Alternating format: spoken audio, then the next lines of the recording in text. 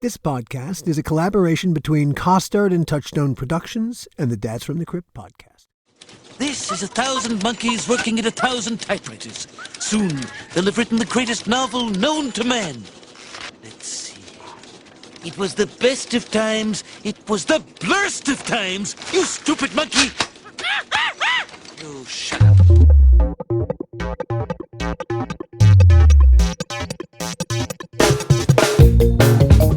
Hello and welcome to another episode of the How Not to Make a Movie podcast. I'm Alan Katz. Before we get all judgy in this episode, a small request. If you enjoy this podcast, and I hope you do, of course, then please consider expressing that enjoyment in a form the algorithms understand by liking the podcast whatever way you can. Sharing the podcast with others is another excellent way to tell the algorithms who's boss. You are. My longtime friend and former agent, Nick Mechanic, is back for another visit. Nick really has seen the very best and the very worst aspects of show business. He's made great deals and deals that weren't so great. He's had great clients and clients who weren't. He's dealt with great studio executives and executives who were nothing more than giant wastes of otherwise good carbon. He's had bosses and coworkers in the agenting business who were really good, and plenty who were so bad at it, you'd be complimenting them by saying they sucked. He's been involved in getting movies and TV shows done, some of the best, and a couple, well, maybe they weren't the worst of all time, but this list is entirely subjective. It's Nick's. If you've experienced Nick Mechanic already on this podcast, you know he's been to the wars. Not only was Nick a successful Hollywood agent, he was a successful Hollywood drug dealer, too. Nick knows stuff and is willing to tell stories about that stuff that's so inside baseball, it's inside the actual baseball. Nick has been to great parties. He's stayed at the fanciest hotels. He's eaten at the best restaurants in town. And he's done time in prison, lived in a prison cell, and stared down at a tray full of prison food, because that was dinner. Nick really has seen the best of it and the worst of it, as you are about to experience. Best and worst. I'm all for it. You know, we'll start simple. You know, Yeah. Best meal you had here in Los Angeles. The best meal I've ever had in Los Angeles is probably one of two things. The chicken parmesan at the Palm, one of my favorites. Shrimp Bruno at the Palm. And then chicken Florentine at Dantana's. You're the best. You're the best.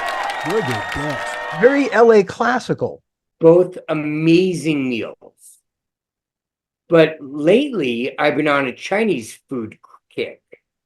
There's a place that's right around the corner from me called Szechuan Gardens, and they have some of the best shrimp and lobster sauce I've had outside of New York. Quite high praise. Yeah, I'm very happy about that. The worst meal you ever had in LA?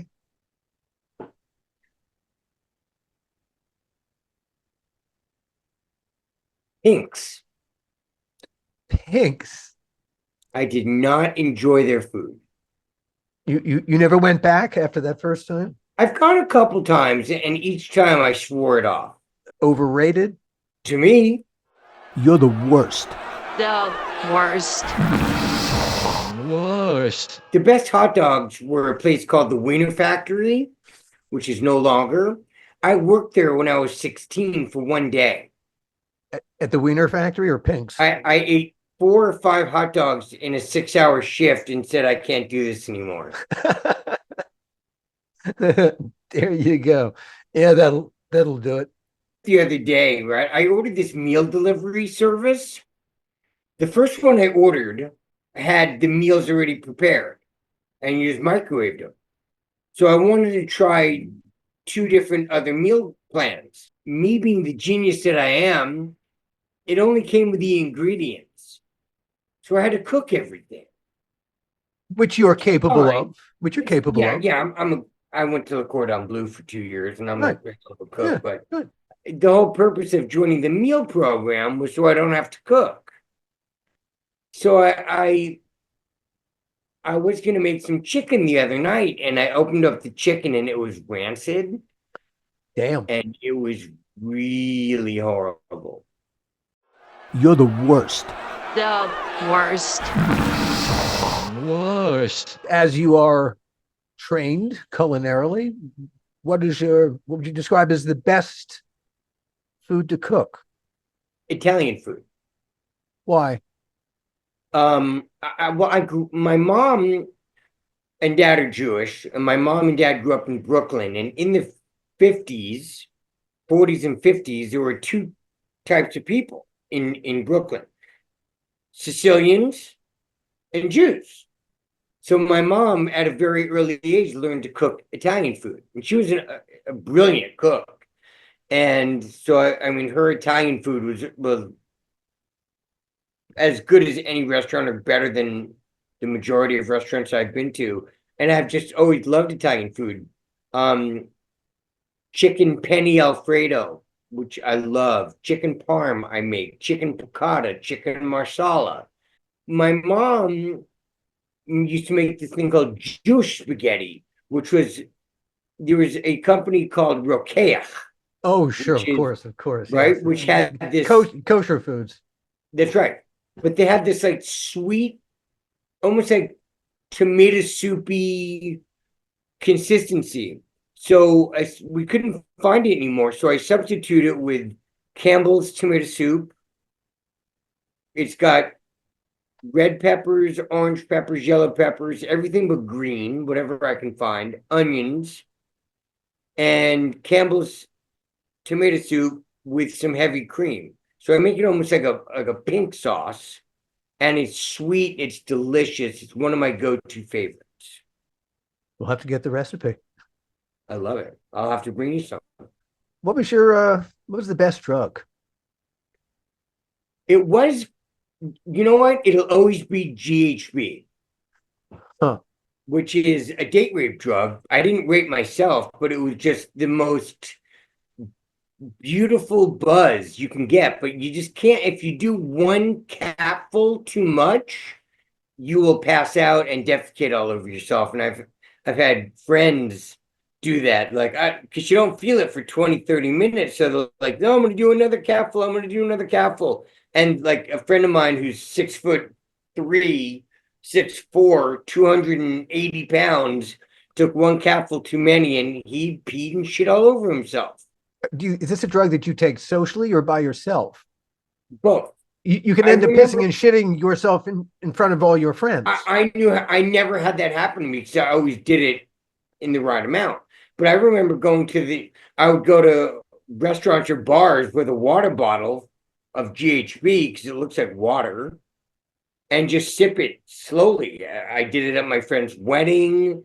I did it at the U2 concert. I did it at Laker games. What is the effect? I never ever did GHB. Almost like ecstasy, but it doesn't last as long. So you constantly have to take a couple sips. And so how long would a sip? All right, so a sip would take you to half an hour, 45 minutes. But that mixed, see, I used to do that when I was doing methamphetamine, and that would take the edge off meth. Because meth could be, and that's why when I did meth, I slept almost every night because I did GHB, which leveled you off. Boy, you had a lot of chemistry going on inside your body at that particular time. So meth and GHB was a great combination. So was ecstasy. I loved X. I liked ecstasy a lot. Yeah. I remember seeing Roxy Music Brian Ferry on X with my then girlfriend and another couple, and it was the perfect music to get high to. Oh gosh, holy cow! Yeah. Oh my gosh, yeah, just touchy feely. Oh boy, yeah. What would you say? Boy, they almost match the same description. Was the worst drug? I tried heroin once. I smoked it, and I got violently ill and never did it again. But you know what the best feeling I've ever had was I flew to New York. I was in the garment business at the time and I had X, and I took a tablet 15 minutes before landing. And it was like 30 degrees out, and I had these great lambskin gloves with this fur lining, and putting them on, just the feeling was so enormous. It was like the best thing I've ever felt in my life. Huh. Just putting on a pair of gloves. Wow. How wonderful. How Yeah, cool. yeah. Except I was with my friend who I didn't tell him that I was on X. And so you have to be with like-minded people. Otherwise, it's not really as fun. Yeah, yeah, yeah. Everyone needs to It's be in kind of like any on the drug. joke. Yeah. Oh, yes. The person or the people not in on it are going to look at you like you're high or something. That's right. Yeah, heroin always sounded so dangerous and so like I don't a like red line needles. in the sand. I never shot methamphetamine. I never shot cocaine. I tried heroin once, Mm. smoked it with a big record producer friend of mine. I'm not going to mention his name. He loved Probably heroin. for the best. Yeah, but he's produced some very prolific, highbrow albums. I haven't spoken to him in decades, so I wonder if he's still alive. Since we've wandered into the business, all right, what was the best company that you had to deal with, that you actually enjoyed dealing with? Companies, Yeah, I had company, a great best time. company. When I was in my heyday, I had the best time dealing with Warner Brothers because I had 20% of Arnold Coperson's development was mine. Hmm. And Lorenzo de Bonaventura, who is a good friend of mine and I'm a big fan of, was senior VP, and he was my go-to guy over there. And I always had a great time dealing with Warner Brothers. Universal was good too. My worst was Fox. I sold Uh, Vince yeah, Chartis and I sold a book called Cosm to Jan de Bont and 20th Century Fox with my client Bob Collins, who's no longer with us, who was a great showrunner writer. And Jan was off directing Speed 2. And the only way a writer can get commenced to start writing is a check and a letter from the studio. And we never got that. So my client wasn't writing. And I get a call from the head of the studio saying, it's been 3 months with your client, where's the script? And it's like, Peter, I'm not going to mention last names. The only way to commence a writer is by a startup check, right? Yep. Well, I never got one. And my client never received one. So therefore, he hasn't started writing. Plus, Jan de Bont, the director, has never signed off on it yet. So I'm waiting on both. They got me a check the next day. sometimes they need to be reminded. Yeah. And then I got a call from business. I was threatened that if I didn't cooperate, I was going to be banned from the lot, from the studio. And I got a call from the gentleman I made the deal with, and he said, Nick, can we talk off the record? I said, yeah. He goes, great work. Because I didn't back down. I never backed down. That was a fucking horrible situation. Hmm. I had the pleasure of making this mistake. I was in negotiations on a remake at Universal, and on a movie that my now deceased client, bless you, wrote called The Car, which was a cult classic in the 70s.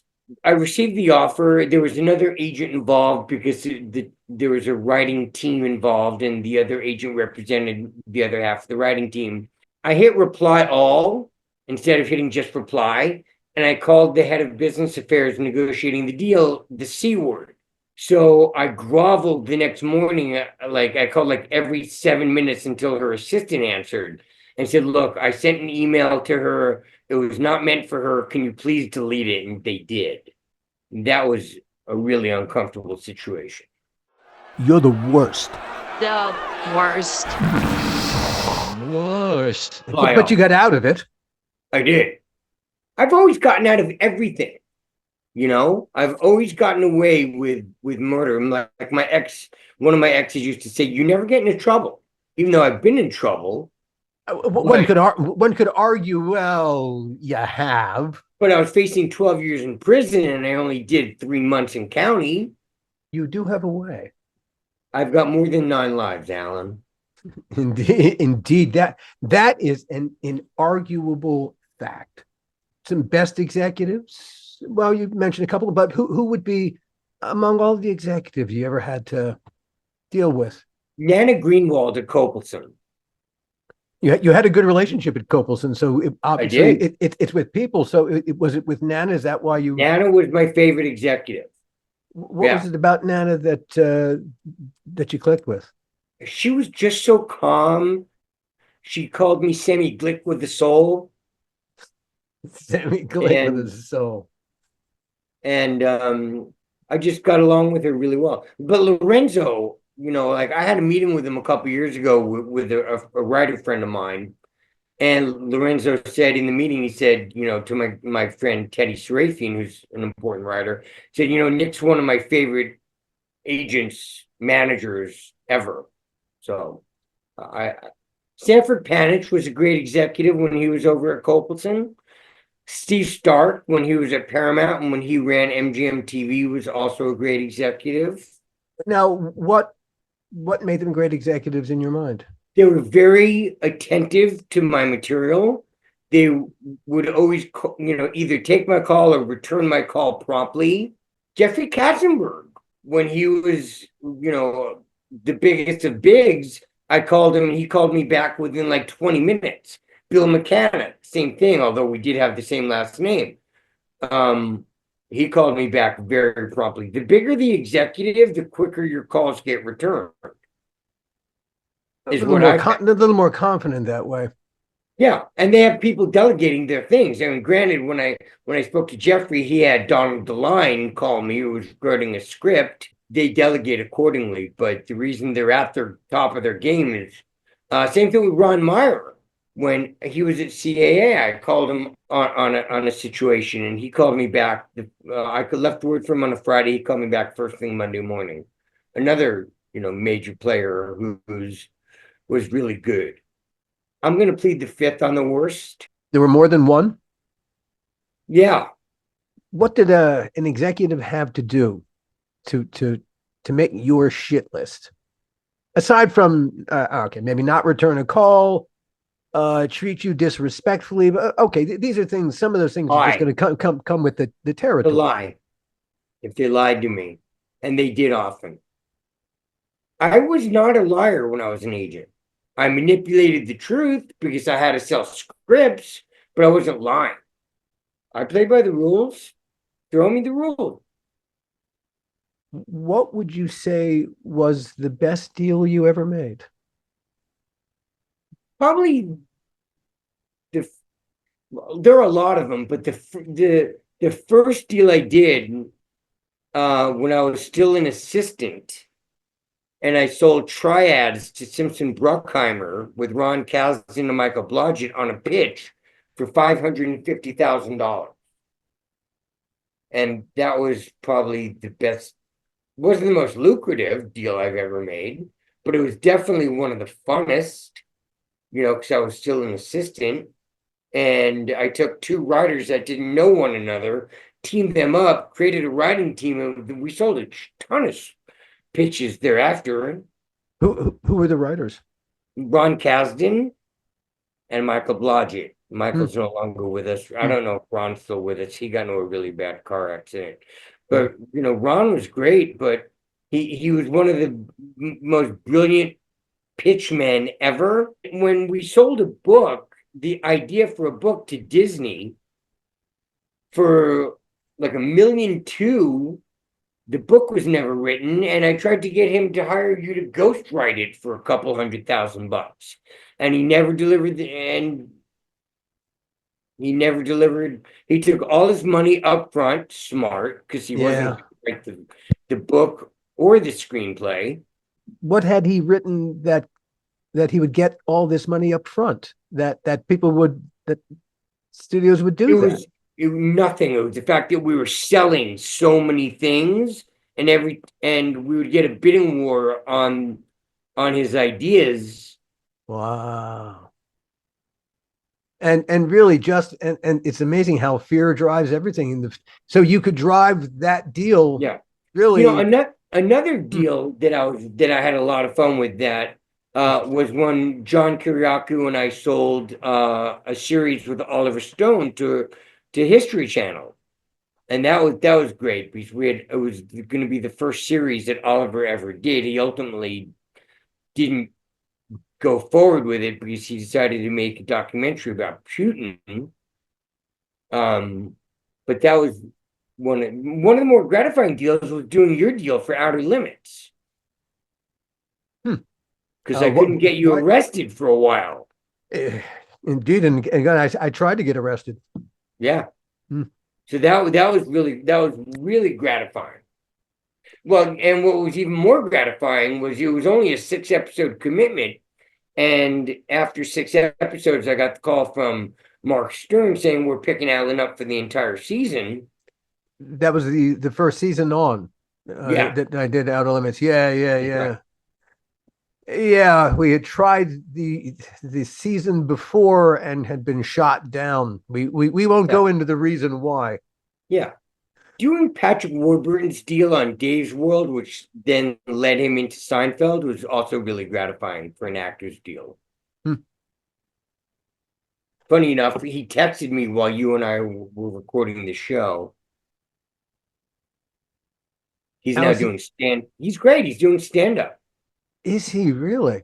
Yeah, I'm going to see he's taping and filming something June 7th, and I'm going with a couple friends.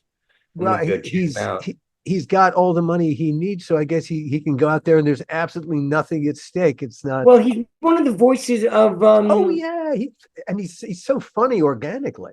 Yeah, yeah. His characters that he plays are him. Yeah, yeah.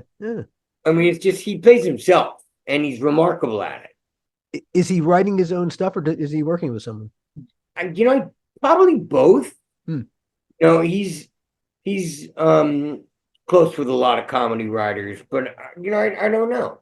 One of the questions I was going to ask him, because I told him he's not really funny. In a way, that's true.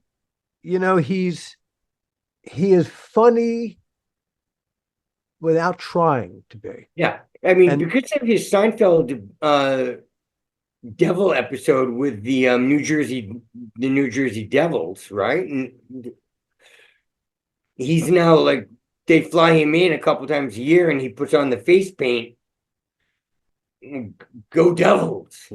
So he's Patrick, kind of like an icon, and he's also one of my best friends. He is. He's a terrific person on top of it all. Yeah, his whole family. He married his high school sweetheart. He's got 4 lovely children. One's an Army, a Navy pilot. One's a bodybuilder and an actor. I forgot what the other 2 do as well, but he's great. He lives a very quiet life. Got a big old beautiful house. He's got a music room dedicated to Eddie Vedder. That is remarkable. Yeah, he's cool. What would you say, Nick, was the worst deal you ever negotiated? Michael Moriarty. What happened? I was an assistant for Jerry Zeitman, chairman of the company, and we represented Michael on Law and Order. And he called, and I go, Jerry's Michael Moriarty. I'm gonna have to call him back. I got on the phone with Michael. I said, "Hey, Michael, it's Mr. Moriarty." I'm like, "You gotta be kidding me." Yikes. I did have a really great time dealing with David Carradine on the sequel, on the Kung Fu remake, who was plastered and wouldn't come out of his dressing room. And That's always fun. That was always so fun. Him and his wife, who are no longer with us, Callista, they were always a blast to deal with. Karen Parsons on Fresh Prince was lovely to deal with. Most actors I dealt with were really cool. I would say most actors that I ever had to deal with were Yeah. were a pleasure. It really is the exception and hardly the rule that people are difficult to work with. Right. Yeah. Yeah. But for someone to tell me I've got to call them their Mr. and their last name Oh, versus, oh boy. Dude, do you know what business you're in? and this all stemmed from he felt that his co-star Jerry Orbach's trailer was bigger. So he got a measuring tape and measured it. And it was 6 or 7 inches smaller than Jerry's. So he made Universal give him a trailer in equal size. Were they on favored nation kinds of a kind of a deal? I'm assuming yes. Well, But in that case, he trailer is wasn't 60 wrong. Your trailer is 60 feet long, right? Now we all want 6 inches and then some, but to go out and measure it and then say 6 inches short, It's a little obsessive compulsive. Yeah, okay. yeah. Who would you say, or even would you say, looking back, was your best client? And it couldn't have been me because I was so disappointing for so long. But Ron Kasdan, Michael Blodgett, Dennis Shrike, who wrote 3 movies for Clint Eastwood. He was great. Bob Collins, I think I mentioned, was just lovely to deal with. Stephen Cornwell, who's John le Carre's son, that I launched his career, and then he fired me because he directed a movie for Showtime that bombed, and then he blamed me for it, and he hasn't directed since. Yeah, that was too bad. I remember you introduced me to him, and that was very exciting because I'm being a huge John le Carre fan. Yes, the possibility that something could have gelled if that relationship had continued was right. Intoxicating. Yeah, I've been blessed and had some really strong, amazing clients who all were my friends. I had 2 commercial directors, music video directors, Tom Oliphant and Stephen Goldman. Stephen passed of cancer, who were the number 1, number 2 music video directors coming out of Nashville. Shania Twain, Dixie Chicks, you name it. And they were a blast to deal with. I flew down to Nashville a couple times, hung out with them. And now you can put down my name if you have to. That's okay. You're way up there in the totem pole on the good side. I have one ex-client who no longer talks to me for whatever reason. And I launched his career as a TV director. His father's a very well-known director, producer, and his wife's an actress, and I got her a co-starring role on a series. And I did wonders for these people, and they just stopped talking to me and would never return my calls. And that's unfortunate. That's got to be galling because you do put so much of yourself out there for their benefit. I mean, I was at his baby's bris.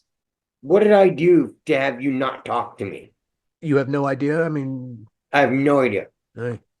Even when I went to jail, my clients stuck with me. You being one of them, and I called you from jail. Indeed. And I took those calls collect. Yes. The guy still owe you $72. What's $72 between reprobates? Of course, because I remember how much your custom doorknobs were for your Los Feliz house. Oh gosh, I remember when first world problems of the past. That's right. What would you say was the best day you ever had? Well, let's start with the best day you ever had in the business, and maybe the best day you ever had ever. They might not be the same one. When I got hired as an assistant was probably one of the best days. Hired at the agency as an assistant, in the talent department, to the head of talent, and that was I was so excited because I had no formal training, didn't have a bachelor's degree, which is required to just get in the mail room, and I bypassed that and started as an assistant, and I couldn't even type. How big was the agency when you joined We had the company? 25 agents. We had like Huh. 500 clients. It was pretty mid. It was very mid-level. And We were Jerry happy. Zeitman, who was the principal, was he was a known entity. He had been Yeah, part of Lou Wasserman's crew yeah, at right. MCI. But he lived in the past. God love him, and he never fired me with all my shenanigans. Although I called in sick one too many times, I told him that I had 3 flat tires. So he said, "Well, bring me your receipt." So I went to the tire store, and they wouldn't give me a receipt unless I bought 3 tires. Bastards. So $750 later, 3 tires that I never got, I had no options. Hmm. Well, you could have taken the tires at least and sold them. I had nowhere to put them. I had a Mustang convertible. I Damn. didn't think about it. I just got the receipt. You just you're just looking for 700. I give $750 for the receipt. It's like my friend who owns Monty's, and we had Oh, to go sure, get sure. a new toilet for the Westwood location before they were bought out. And we went into West LA, and we're driving in my Mustang convertible with a brand new toilet in the back of my car, which was pretty hysterical. You were never one for let's call them practical cars. No, and I'm not now. You like a little flash I do. with your wheels, Yeah, with your ride. that's what I'm driving now. Would you say that the day you got hired at the agency was the best day, not just One of the best. Yeah, it in was just because I was so thrilled to be starting on a new journey, and I really wanted to be in the entertainment business. And I used to sell clothing for a living, and a lot of my clients were high level actors, directors, producers. As a matter of fact, before I got hired at the agency, I interviewed a creative artist. Kevin Spacey and John McTiernan set me up, and I got hired, and then I lied to their human resource department and said I had a bachelor's degree from Cal State Northridge, not knowing that they have a full human resource department that checks that out, and so they dehired me. That's why I called uh, Ron Meyer, by the way, because I knew he'd only had a high school education. And he said, "Nick, I promised my partners who all had degrees that I would not get involved in this decision at all." Now it's you have your master's before you even go into the training program or a law degree. yeah, yeah. Things have changed. And it's not that anyone knows anything more. You It's you're either built from that cloth or you're not.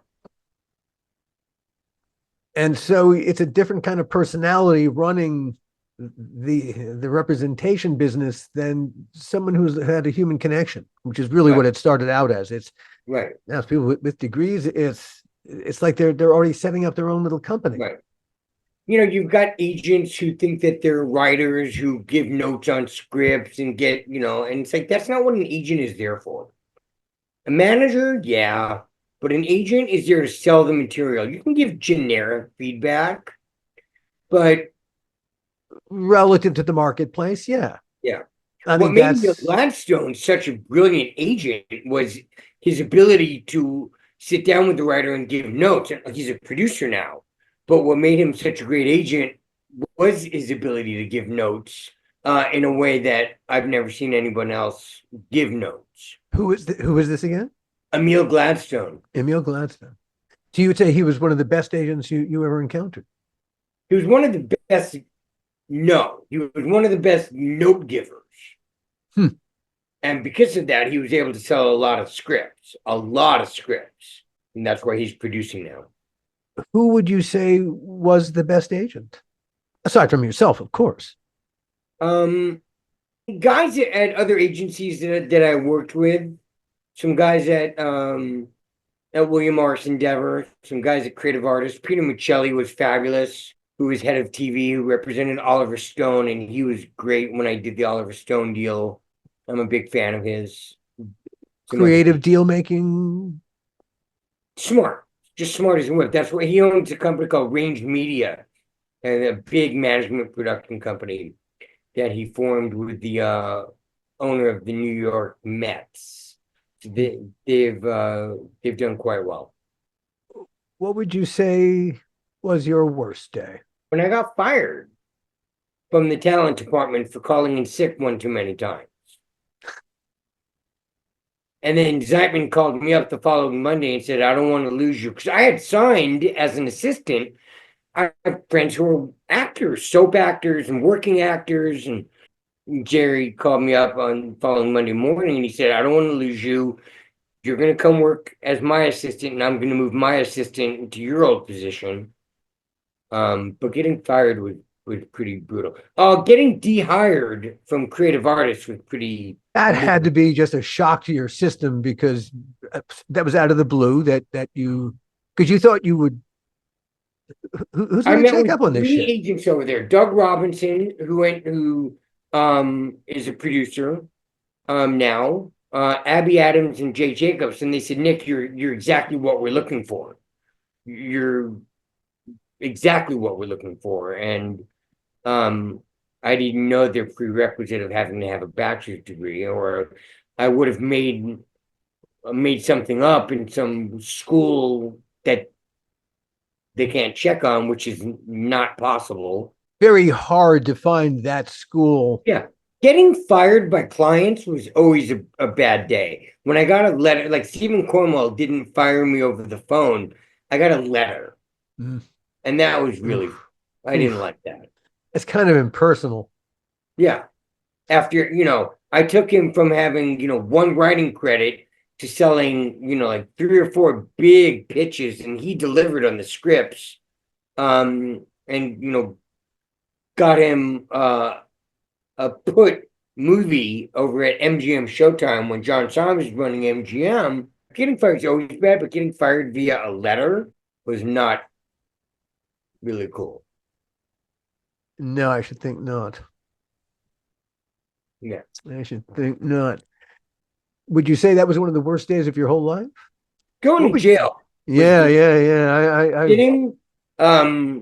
being on the sheriff, excuse me, the sheriff bus on a Friday afternoon in a pair of old blue jeans, a white t-shirt, because I got arrested with no shirt on. I was naked, and they let me put on jeans but no shirt. Sitting on the bus, shackled, driving down La Cienega. Why didn't they let you put a shirt on? Or was that just part of the humiliation? Yeah, they're evil. When they raided my apartment, my towel fell off. I was about to take a shower and meet with my attorney, funny enough, because I was going to court going to trial the following Monday, but they raided me, and that's how they get you. And my towel fell off, and they wouldn't let me cover up. I think there were 18 undercover officers there. 3 of them were women, and I'm sitting there with my shriveled up dick on my $2,000 leather club chair, sweating profusely. And just for some background, they suspected you of what? Being the cartel. Being a drug dealer. I was. What were you selling? Methamphetamine, cocaine, GHB, X, Norcos. And you were doing good business. I was shipping all over the country. I was like FedEx. How much were you averaging a week? Pounds. I mean, dollars. How much were you making? 10, 15, 20 grand a week sometimes 5. But I had, a shitload of cash, bought my Porsche, subsequently lost it. What is it like buying a Porsche with cash? It was great. I bought a lot of cars with cash, even when I became legitimate. Previous to the car I have now, but my last Mercedes I paid cash for. The one before that I paid cash for. But there weren't $50,000, $60,000, $70,000 cars. They were under 20. And I just happened to have a lot of cash. Sure. All right. It's not like you had to come in with a suitcase, or did you? Pretty much. A suitcase? A backpack. Oh boy. They didn't care. No. Hey, Cash is cash, dude. I'm sure cash had its advantages in their minds. Yeah, the funny thing is that when you buy a car, they don't want you to pay cash. They want you to finance it. No, yes. But if you're not going to finance it, well, 100% cash is even better than Yeah. I would imagine. Nick, as always, it is so much fun just to shoot the shit. And I love it. I want to do this on a regular basis. I'm free anytime you want. All the more reason to say thank you so much, because you, as you said before we started recording, you got a shingles vaccine 3 days ago. Yeah. And you are still feeling the effects of that particular vaccine, which is that's a hard vaccine. But then shingles is a very it's not a nice I've had it and it's thing brutal. to get. Yeah. It can last. The shingles itself can last for a couple of weeks, Months. months. A month. Oh boy, and really, it just hurts to move. And I got it when I was still in rehab. Oh, and I went to my girlfriend's house at the time, and she thought she was giving me Tylenol, but she gave me Tylenol with codeine, and I had to call my counselor and then go back to rehab and test positive, test dirty, but they knew it was a mistake. It's a whole nother story. Yes, indeed. And we'll get to that story in one of these visits. Like I said, Nick, thank you so much for just sharing the bounty of your experiences from the past. You're the best. Hey, the feelings are mutual, and I'm so glad that we are back in regular conversation with each other. I really truly am. And thank you so much, really and truly. I love you, Alan. See you soon. Love you, and thank you, everybody. See you next time. The How Not to Make a Movie podcast is executive produced by me, Alan Katz, by Gil Adler, and by Jason Stein. Our artwork was done by the amazing Jody Webster, and Jason and Jody, along with Mando, are all the hosts of the fun and informative Dads from the Crypt podcast, powered up for what my old pal the Crypt Keeper would have called terror-crypt